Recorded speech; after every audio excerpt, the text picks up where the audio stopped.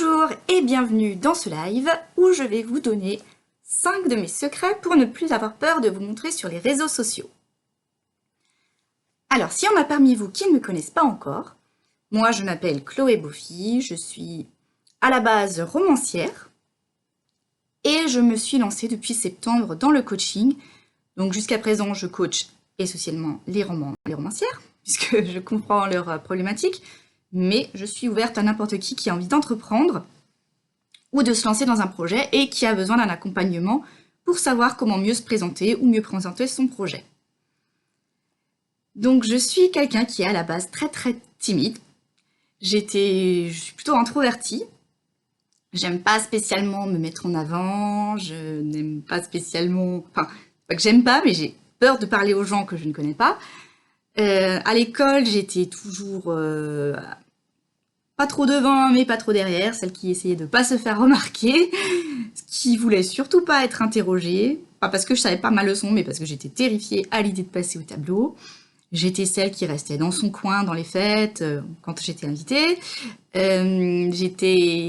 J'étais très mal dans ma peau, j'avais toujours peur qu'on se moque de moi, j'avais peur de faire des grosses bêtises, j'avais peur d'avoir l'air bête, d'avoir l'air complètement ridicule, et surtout peur que ce que j'avais à dire n'intéresse personne. Coucou Anna. Donc voilà, j'étais toujours quelqu'un de super introverti, et quand je me suis lancée à mon compte en tant que romancière, il a fallu que je me montre, quoi. Il n'y avait pas le choix. Les gens ont envie de connaître qui vous êtes, ils ont envie de savoir qui se cache derrière les romans, qui se cache derrière une entreprise, un produit. Et donc, c'était une évidence qu'il fallait que je me montre. Et j'étais en panique parce que j'avais pas du tout l'habitude, c'était carrément contre-intuitif pour moi, hein. J'ai mon cerveau reptilien qui me dit « Ah non, fuis, surtout ne te montre pas !» Donc j'ai dû déployer petit à petit des techniques pour prendre confiance, pour me sentir plus à l'aise, déjà en vidéo, hein, quand je me filme avec vous, enfin déjà en photo surtout, et ensuite en vidéo pour pouvoir partager mon expérience avec vous. Donc, pourquoi c'est important de se montrer déjà, avant qu'on en passe au secret? C'est important parce que les gens ont envie de connecter déjà, hein. On repère, on est câblé au niveau de notre cerveau, on est câblé pour repérer les visages. Donc on va tout de suite avoir une réaction beaucoup plus positive quand on voit une photo où il y a quelqu'un dessus, plutôt que la photo d'un produit ou de quelque chose. D'ailleurs, cette particularité du cerveau de repérer les visages, c'est ça qui fait qu'on peut repérer des visages, des formes dans les nuages, dans des buissons, voilà. On cherche des visages, on les cherche partout. Et donc c'est pour ça que les photos où on voit des gens ont tendance à provoquer beaucoup plus d'émotions chez nous que les photos d'objets. Et d'autre part, en ce moment, vous voyez toutes les pubs qui passent sans arrêt sur Instagram, sur Facebook, à la télé, sur YouTube, partout. On voit tout un tas de produits, différents, qui ont l'air super chouettes, mais il y en a tellement qu'on sait plus faire la différence entre des conneries qui viennent d'Asie ou des vrais produits qui sont faits par des vrais gens, quoi. Moi, je me suis déjà fait avoir parfois par le marketing qui me dit, voilà, on a une petite entreprise française, bidule chouette, et au final, j'ai eu des cochonneries chinoises à 2 balles, hein. Donc voilà, c'est important de montrer que derrière votre livre ou derrière votre entreprise, il y a des vraies personnes, que c'est pas une copie X que n'importe qui va pouvoir vendre partout, que c'est vraiment que vous êtes un être humain avec des sentiments, des émotions, que vous êtes vous, quoi, que votre personnalité, faut la montrer, c'est vraiment super important. Donc maintenant, on va enfin en venir à mes secrets. Alors, pour celles d'entre vous qui me connaissent déjà, il y en a peut-être qui vont faire écho, parce que j'en ai déjà partagé, mais j'en ai ajouté de nouveaux. Alors déjà, le premier, qui peut paraître contre-intuitif, c'est de définir votre branding. Donc votre branding, qu'est-ce que c'est? C'est votre image de marque, c'est la façon dont vous allez vous présenter à votre audience. Donc ça peut passer par le choix de vos couleurs, de vos typographies, par les filtres que vous allez mettre sur vos photos, par exemple, hein, si vous voulez des photos plutôt avec des couleurs chaudes ou avec des couleurs très pastel et une seule qui ressort, enfin, toutes sortes de choses. Pourquoi définir votre branding? Ben déjà, quand on a un feed qui est attrayant et joli, ça donne aux gens envie de venir vous voir, de venir sur votre compte et surtout d'y rester. Parce que on vient sur Instagram surtout pour voir des jolies choses. Hein. Si on veut vous rajouter des trucs basiques, on va sur Facebook ou sur YouTube. Sur Instagram, ce qui nous motive, en tout cas moi, ce qui me motive principalement à aller sur Instagram, c'est la beauté. Je vais pour voir des jolies choses, des choses qui m'inspirent. Donc, si vous avez un feed qui est beau, qui est attrayant, qui est inspirant, déjà, ça va donner aux gens envie de vous suivre et de venir et de rester, surtout, sur votre compte. Et deuxièmement, votre branding, l'air de rien, ça vous permet déjà d'exprimer qui vous êtes. Donc, d'exprimer votre personnalité, surtout. Parce que votre personnalité, vous l'exprimez avec vos couleurs.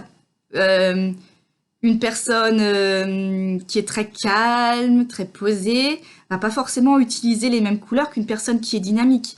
Le choix de vos couleurs, ça montre déjà qui vous êtes. Ça montre aussi le thème que vous allez aborder sur votre compte. Si vous allez parler plutôt de la nature, vous serez tourné vers des couleurs vertes, blanches, des couleurs un peu nature, champêtres. Que si vous voulez communiquer de la joie, du dynamisme, vous allez utiliser du doré, du jaune, de l'orange, du rose. Enfin, voilà, donc déjà votre message passe par votre couleur, par votre façon de vous présenter, par votre façon de parler aux gens et par le type de photos que vous allez mettre. Si vous allez mettre plutôt des photos douces ou des photos de gens en train de bouger. Deuxième secret. Alors ça c'est sûr, ça paraît hyper évident, mais il faut prendre de belles photos. Hein, comme j'ai dit, ça semble évident, mais on en voit encore beaucoup sur Insta, des gens qui postent des photos dégueulasses. Voilà, des photos prises vite fait avant de prendre son train, tout ça. Alors ça peut être rigolo à mettre en story. Pour laisser sur son feed, on essaie d'avoir des photos de belle qualité. Parce que c'est ça que les gens vont voir en premier quand ils vont aller voir sur votre profil. S'ils voient que vous foutez... que vous postez des photos bâclées, ça donne pas envie. Donc c'est important de prendre des belles photos. Et l'air de rien, la lumière et le cadrage, ça change déjà énormément de choses sur votre photo. Pour vous donner un exemple, là j'ai une ring light qui est allumée. Je vais la couper. Voilà. Ça fait tout de suite pas le même effet. J'ai plein d'ombres pas très esthétiques sur le visage. Ça me donne un peu mauvaise mine, ça accentue mes cernes, enfin voilà. Donc rien qu'un bon éclairage, vous voyez que ça change déjà énormément de choses sur la qualité de votre image, de votre photo. Et ensuite le cadrage aussi, la façon dont vous prenez votre photo, ça aussi ça va plus ou moins vous mettre en valeur selon que vous vous prenez en photo plutôt en plongée ou en contre-plongée. Hein, vous savez, quand on prend par en dessous, là où on voit le gros double menton, c'est pas très joli, on essaie plutôt de le prendre depuis le haut, pour justement cacher un peu voilà, l'effet double menton. Donc le cadrage et la lumière, ça joue déjà énormément sur la beauté et la qualité de vos photos. Ça montre que vous avez fait un effort déjà pour faire vos photos et que vous vous souciez vraiment de la qualité de ce que vous apportez aux gens, à votre audience. Ensuite, troisième secret, arrêtez de vous comparer. Alors, c'est plus facile à dire qu'à faire, mais bon, c'est important de ne pas trop se comparer aux autres parce que se comparer, c'est contre-productif.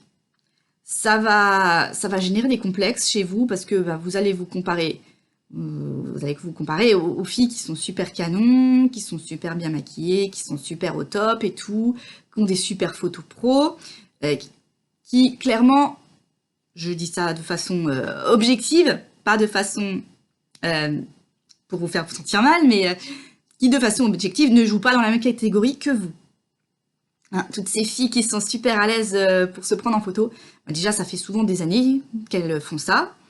C'est leur métier, elles se sont perfectionnées là-dedans, elles ont une équipe qui les accompagne, c'est leur boulot de se montrer souvent, ou alors des fois c'est juste pour la frime, mais bref, c'est des nanas qui sont déjà super sûres d'elles, donc c'est sûr que vous n'allez pas vous comparer, vous qui avez déjà la trouille rien que d'allumer votre caméra, vous n'allez pas vous comparer à elle. Hein. C'est comme comparer l'étudiant en médecine là, qui arrive pour son petit stage d'observation, qui sait pas quoi faire, qui est tout timide, qui sait limite ce que c'est un bistouri, avec le chirurgien chevronné qui a des années d'expérience. Voilà, c'est à peu près le même type de comparaison. Donc ces filles-là, elles ont des équipes, elles ont des maquilleuses, elles ont des stylistes, elles ont probablement des coachs en images aussi, elles ont du matériel pro, souvent des studios, du matériel studio, hein, avec les super réflecteurs lumière, tout ça, tout le matériel qui va bien. Et elles ont souvent que ça à foutre, quoi. Ça fait ça fait partie de leur boulot. Donc oui, excusez-moi pour les gros mots, hein. Ça fait partie de moi aussi, je suis désolée, je ne veux pas changer qui je suis, donc si parfois il y a un petit gros mot qui m'échappe, voilà. Ça fait aussi partie de ça, avoir confiance en soi pour se montrer, ne pas non plus se prendre la tête à vouloir paraître autre que l'on est, mais on y reviendra. Donc ne vous comparez pas aux autres, à toutes ces filles parfaites, toutes ces filles qui vont passer des heures à se maquiller, à mettre tout plein de filtres. On peut en mettre des filtres un petit peu, hein. Je dis pas, c'est léger, faut que ça reste vraiment discret. Elles ont des filtres de malade. Elles, quand on enlève le filtre, c'est clair, on les reconnaît plus. Hein, nous, si on veut mettre des filtres, eh ben, quand on les enlève, faut qu'on nous reconnaisse quand même. Donc, bref, on se compare pas aux autres. Ou alors, on se compare de façon intelligente. On se cherche des modèles, des exemples. Des filles qui ont fait de leur faiblesse des forces. Ou qui n'ont pas peur de les mettre en avant, qui n'ont pas peur de les montrer. Ensuite, 4e secret, il faut cultiver votre self-love. Ça, c'est vraiment la base. J'ai pas commencé par ça parce que voilà, c'est pas forcément le plus facile à faire. J'ai commencé par les petites choses faciles à mettre en place tout de suite quand on n'a pas encore hyper confiance, quand on n'ose pas encore se montrer. On peut quand même déjà travailler son branding, on peut déjà s'entraîner à faire des jolies photos et on peut déjà arrêter de se comparer. Une fois qu'on a déjà fait tout ça, qu'on commence déjà à montrer un peu qui on est à travers quelques photos et notre branding, là on peut travailler sur soi pour vraiment se montrer nous-mêmes. Donc pour cultiver votre self-love, alors la confiance en soi, c'est comme un muscle. Ça se travaille au quotidien, ça se développe. Donc c'est pour ça qu'il va falloir mettre en place des routines pour booster votre confiance en vous. Hein. Qu'est-ce qu'on peut avoir par exemple comme routine de se regarder tous les matins dans la glace en se disant allez, je suis super badass, je vais y arriver. C'est de la méthode Coué, mais ça fonctionne à force de répétition, à force de le faire tous les jours. Qu'est-ce que ça peut être? Ça peut être d'afficher des petits rappels partout positifs, des petites phrases positives partout dans son appartement. D'ailleurs, si vous allez dans mon lien Linktree, dans ma bio, vous pouvez télécharger un petit livret d'affirmations positives gratuitement que vous pourrez imprimer et afficher où vous voulez chez vous. Donc des petits reminders, genre je suis la plus forte, la vie est belle, des petits trucs tout bêtes, je suis aimée, je suis assez, tout un tas de petites... Vous pouvez même vous faire des bracelets, hein. Il existe des... J'ai vu sur internet, je m'en suis déjà commandé un ou deux. Vous pouvez vous commander des bracelets avec des petites phrases positives qui sont affichées dessus, comme ça vous l'avez tout le temps sous les yeux. Si vous avez un petit coup de mou, hop, il suffit de regarder votre petit bracelet. Voilà, ça peut être prendre soin de soi aussi. Quand on prend soin de soi. Alors quand je dis prendre soin de soi, ça va pas être se tartiner de crème, aller se faire épiler à la cire. Ça, c'est ce que les magazines veulent nous faire croire. Hein. Voilà, c'est pas ça prendre soin de soi. Prendre soin de soi, c'est accepter de lever le pied de temps en temps. S'autoriser à passer un après-midi entier sur le canapé devant la télé si on en a besoin, si on en a envie. Ça veut dire prendre le temps de savourer ce qu'on boit, ce qu'on mange, prendre soin de soi et de sa santé. Voilà, c'est simplement ça, cultiver sa joie aussi. Hein, quand on est joyeux, quand on est heureux, c'est beaucoup plus facile de s'aimer soi-même. Donc, essayez de mettre en place un maximum de routines pour booster votre estime de vous-même, pour vous sentir mieux dans votre peau et rayonner de la joie. Et enfin, mon dernier conseil, lâcher prise. Lâcher prise. Arrêtez de chercher à tout prix la perfection. Parce que déjà, chercher la perfection, attendre toujours que tout soit parfait, ça vous empêche de passer à l'action. Et souvent, chercher la perfection, c'est parce qu'on a peur. On cherche toujours le petit détail, on se dit « Oh, il me faudrait encore ci, encore ça ». En fait, c'est parce qu'on a peur de se montrer. Donc, puis ça en revient à se dire, à penser « Je suis pas assez ». Vous êtes assez, déjà, tel que vous êtes. Vous n'avez pas besoin de plus, vous n'avez pas besoin de ceci, cela. Vous êtes déjà assez. Donc, pas besoin d'être parfaite. De toute façon, personne n'est parfaite. Regardez moi, hein, par exemple, je dis plein de gros mots. Enfin, j'essaie de faire attention quand même quand je suis en live, mais il y en a qui m'échappent. Voilà, c'est comme ça. Je veux dire, je veux pas changer qui je suis. Je veux pas exprès parler de façon hyper maniérée parce que c'est pas moi. Restez authentique. Restez qui vous êtes. Si vous aimez pas vous maquillez pas. Si votre truc c'est d'être en survêt, restez en survêt quand vous faites vos lives ou vos photos, on s'en fout. Ou montrez-vous vraiment tel que vous êtes au quotidien. Lâchez prise par rapport à la perfection, par rapport à tout. Essayez pas de copier quelqu'un d'autre non plus, parce que ça va finir par se voir déjà. Et surtout jouer un rôle, ça peut fonctionner au début, mais sur le long terme, ça va vous fatiguer de faire semblant tout le temps. Donc vraiment, n'essayez pas d'être parfaite. Si vous avez prévu je sais pas, mettons que vous avez prévu un live ou un shooting tel jour, et que ce jour-là, vous avez la tête dans le fion, c'est pas grave si vous le faites en étant fatigué. Dites-le à vos auditrices, dites-le à votre audience que vous êtes fatigué. Ou alors, dites-leur clairement que ce jour-là, vous n'êtes pas bien et décalez-le à un autre moment. C'est pas grave. Voilà, lâchez vraiment prise. Faut pas vous forcer si vous sentez qu'il y a un truc qui coince parce que votre énergie, elle sera pas au top, vous serez pas au top, et ce que les gens vont retirer de tout ça, ce sera pas top. Donc vraiment, lâchez prise, soyez en confiance, et restez vous-même. Coucou Vanessa. Donc voilà, donc je récapitule pour celles qui nous ont rejoints en cours de route. Donc, les 5 secrets pour ne plus avoir peur de vous montrer sur les réseaux. Donc, définissez votre branding. Donc le branding, ça vous permet de montrer qui vous êtes déjà sans forcément vous montrer vous-même. Dans un premier temps, on y va en douceur. Quand on a peur, on n'a pas toujours envie de se montrer soi-même, mais on peut déjà exprimer qui on est. Deuxième secret, faites de belles photos. Des photos qui vous mettent en valeur. Quand vous voulez faire des photos, faites-en plusieurs et vous choisissez la meilleure. Dans les stories, on s'en fiche. Dans les stories, on peut vraiment se montrer beaucoup plus au naturel, mais sur les photos du feed qui vont rester, on met des photos qui sont plus jolies pour que les gens aient envie de rester eux aussi. Troisième secret, arrêtez de vous comparer. Parce que se comparer, c'est contre-productif et ça génère des complexes. Quatrième secret, cultivez votre self-love en mettant en place des routines qui vont vous aider à booster votre confiance en soi.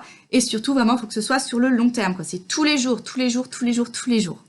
Alors, si un jour vous avez un coup de mou, c'est pas grave. Vous avez le droit d'avoir des coups de mou. Mais c'est vraiment, c'est pas juste une fois, allez, je travaille mon self-love, aujourd'hui, je me regarde dans la glace, je me répète 20 fois que je suis géniale, et puis basta, non. C'est vraiment tous les jours qu'il faut le faire. Et enfin, le 5e secret, lâchez prise sur la perfection. Vous n'avez pas besoin d'être parfaite pour y arriver. Vous n'avez pas besoin d'être parfaite pour vous montrer. Vous avez juste besoin d'être vous qui vous êtes et de venir avec votre personnalité et votre énergie. Voilà. Donc j'espère que mes petites astuces vous seront utiles. Si vous avez envie d'en savoir plus ou que vous voulez savoir de quelle façon vous pouvez travailler avec moi pour affiner ou approfondir tous les différents points dont j'ai parlé pendant ce live, vous pouvez me contacter, donc soit par messagerie sur Instagram, les réseaux sociaux, Facebook, tout ça, ou par mail. Je vous mettrai le mail dans la description de la vidéo. Donc mon mail c'est contact@chloebofi.com. Je vous le remettrai, donc, comme je vous ai dit, dans le bas de la vidéo. Donc contactez-moi si vous avez envie de savoir comment vous pouvez travailler avec moi. J'ai différents J'ai différents types d'accompagnement à vous proposer. Donc n'hésitez pas à venir me poser vos questions ou simplement pour discuter. Si vous avez des questions, voilà, vous revenez me voir quand vous voulez, je suis là pour vous. Sur ce, je vous fais de très gros bisous et passez une bonne fin de journée. Bye!